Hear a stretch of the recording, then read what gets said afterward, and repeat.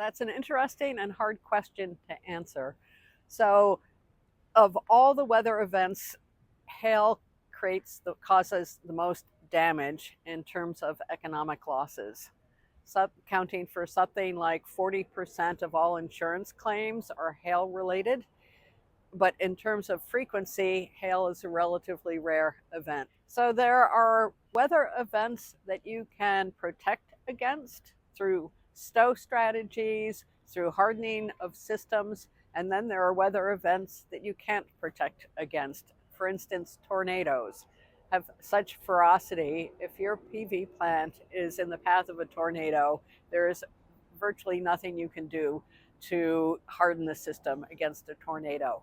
But against most weather events, whether it be high wind events, hurricanes, hail, one can design a system to be relatively more or less robust.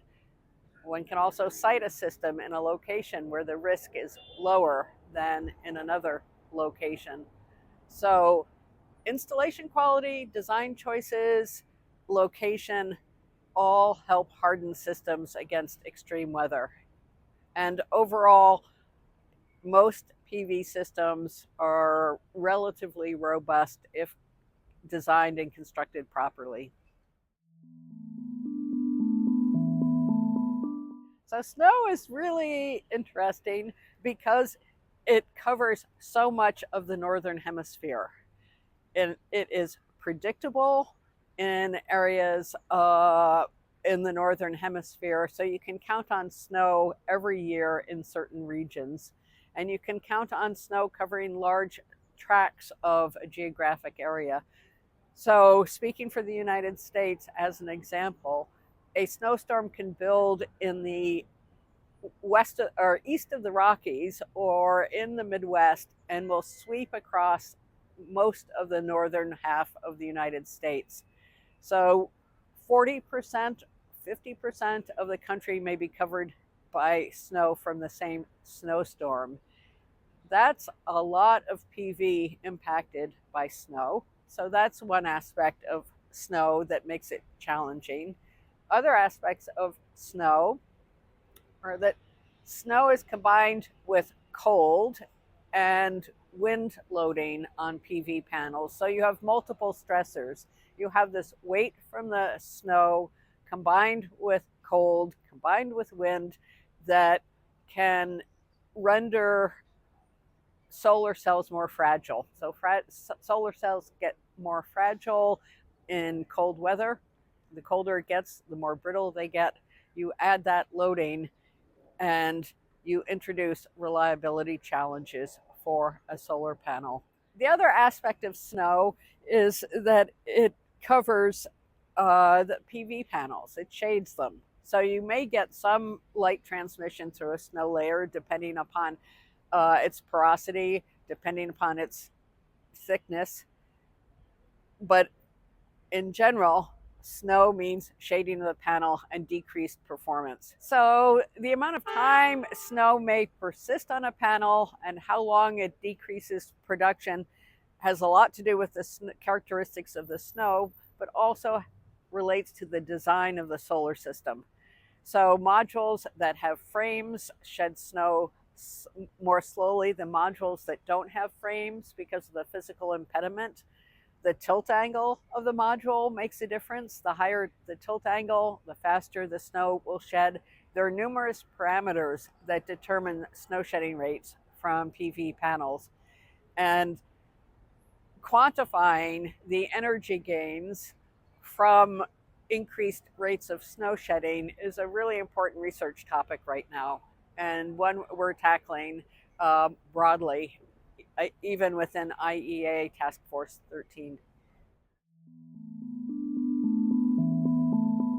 Snow-phobic coatings are a great idea. If you can put a coating on a panel that reduces the adhesion of snow to that panel, you're going to significantly reduce snow shading and significantly increase power production from that module. So it's a great idea. The challenge with the snow-phobic coating development is the durability of the coating. So a coating that is sensitive to ultraviolet degradation that will become that will lose transparency over time when exposed to high levels of irradiance is not an appropriate choice. So a team at the University of Michigan has been working very hard on developing snow-phobic coatings that remain transparent for a significant amount of time and are durable so that they retain their functionality and continue to adhere to the module glass.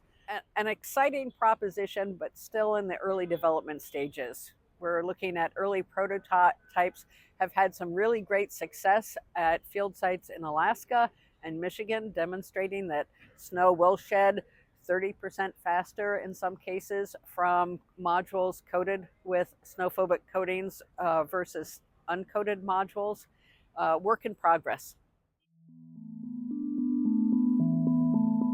One not particularly innovative strategy is to clear the snow mechanically from a PV panel. So you can take brushes, you can use robotic devices to brush the snow from the panel. That introduces its own reliability challenges, increasing the risk of solar cell breakage in cold weather, scratching the surface of the module, impacting its anti-reflective coating. It's also expensive and not an ideal strategy, mostly because it introduces risk to the PV system. Other strategies that we're actively researching are more passive strategies. What can you do in terms of the module design? So reducing the frame on a module is one option. Changing the metallic composition of the frame is another option.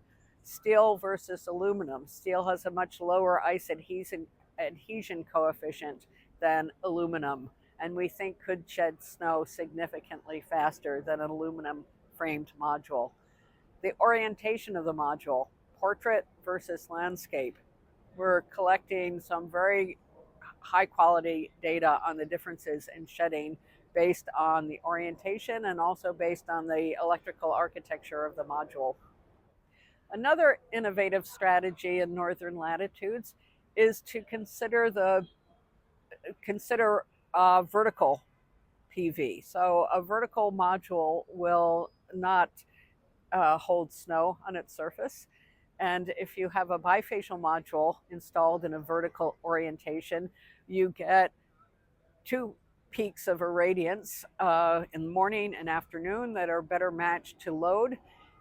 And that's a really interesting strategy for northern regions, is to consider vertical.